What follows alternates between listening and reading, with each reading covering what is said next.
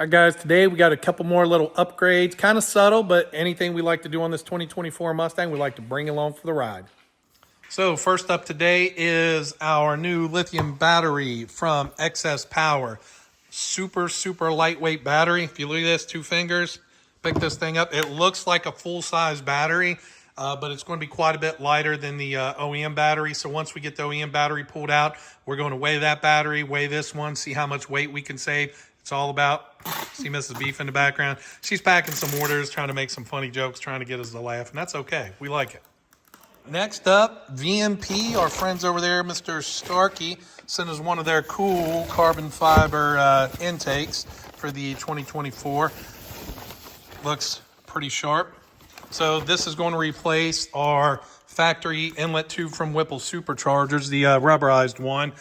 As you all know, when you install these are super tight to get in, but we shouldn't have too many issues with it, especially since we've upgraded to the 120 millimeter throttle body. Makes it a little bit easier because you don't have that inside coupler on there to worry about. We're going to get that on today too. For the battery hold down, we're going to need an 8 millimeter. And then up here, what we got, Bill? 2 10s? 2 10 millimeters. To you pop the battery off. Then we just grabbed the 2 10 millimeters to loosen these up. We already got the battery out. So we've got the new battery ready to go. I've already bolted down the new terminals. It comes with a couple bolts if you had the extra terminals, which we like. The battery itself comes with two bolts, about yay long, and a washer. But you can add on these optional terminals, which we like. So we went ahead and added these on. So we're going to go ahead and get this battery weighed. Come on, Phil. Everybody wants to see the weight. All right, this battery, 9.55 pounds. And let's get the factory battery here. We're just waiting on Phil.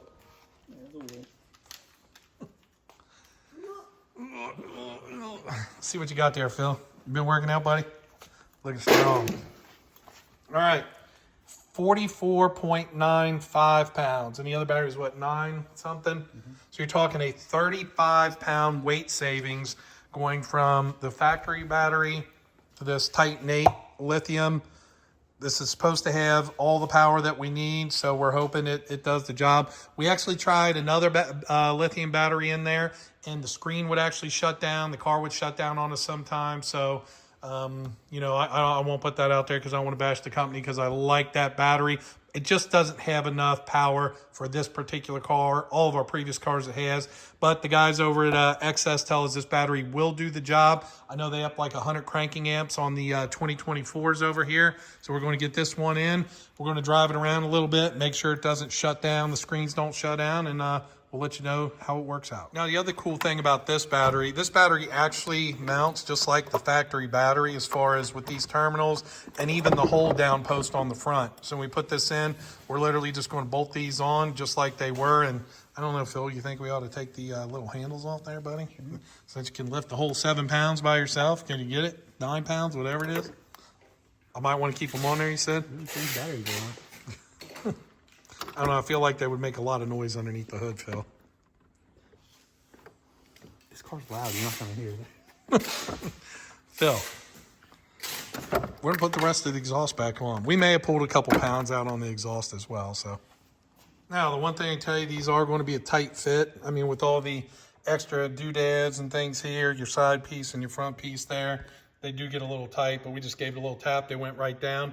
Now, one other thing to note that Phil didn't before is the larger terminal goes towards the driver's side. This one's a little bit thinner. This one goes on the passenger side. I always got to correct this guy, you know what I mean? But we got it all situated now. Last up, tighten down the 8 millimeter holding bolt and then the 2 10s up top.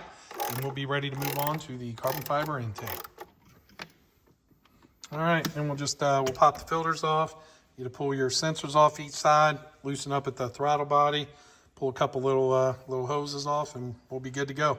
Now, one of the coolest things, VMP gives you a set of black clamps for the carbon fiber intake tube, so that'll clean up our engine bay quite a bit. As you can see, we've already upgraded to the 10 rib. You guys have seen that before. We got the 120 millimeter throttle body, and the VMP is designed to work with all of the different throttle bodies, so we can do one for you for the 120, 112, or the factory throttle body.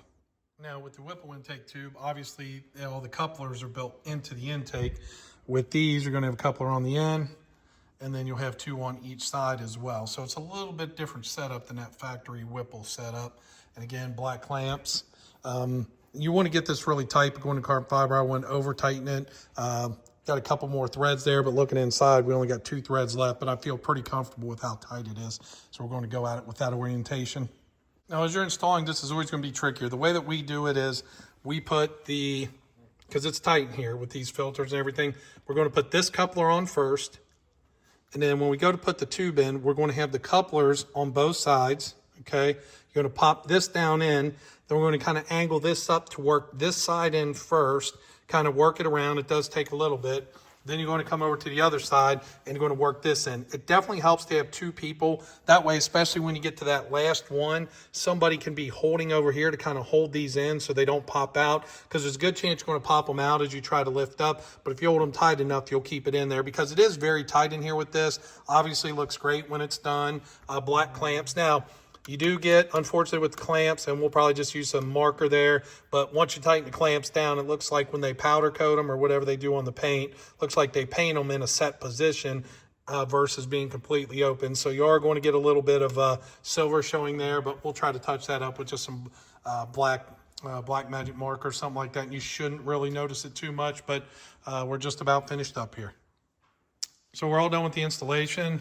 Carbon fiber tube looks great with our polished Whipple supercharger.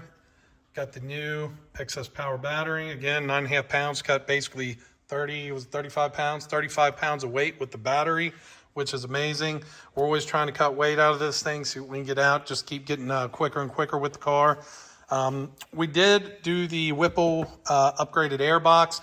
With the FI inner chiller, though, it does interfere with the aftermarket air boxes, so we've decided to stick with the closed box lids for now. I'm sure somebody will make something cool for the tops there in either carbon fiber or something else to kind of help set the engine bay off, but for now, she's looking really, really good. Now to get to the track and try to get that 8-second pass we've been after. Stay tuned. We got lots more to come on the 2024. Got a new project car coming. And don't forget, we got our shop F-150 behind us for sale. Everybody wants some 800-plus wheel to the tires on an F-150. That's a great truck for the money.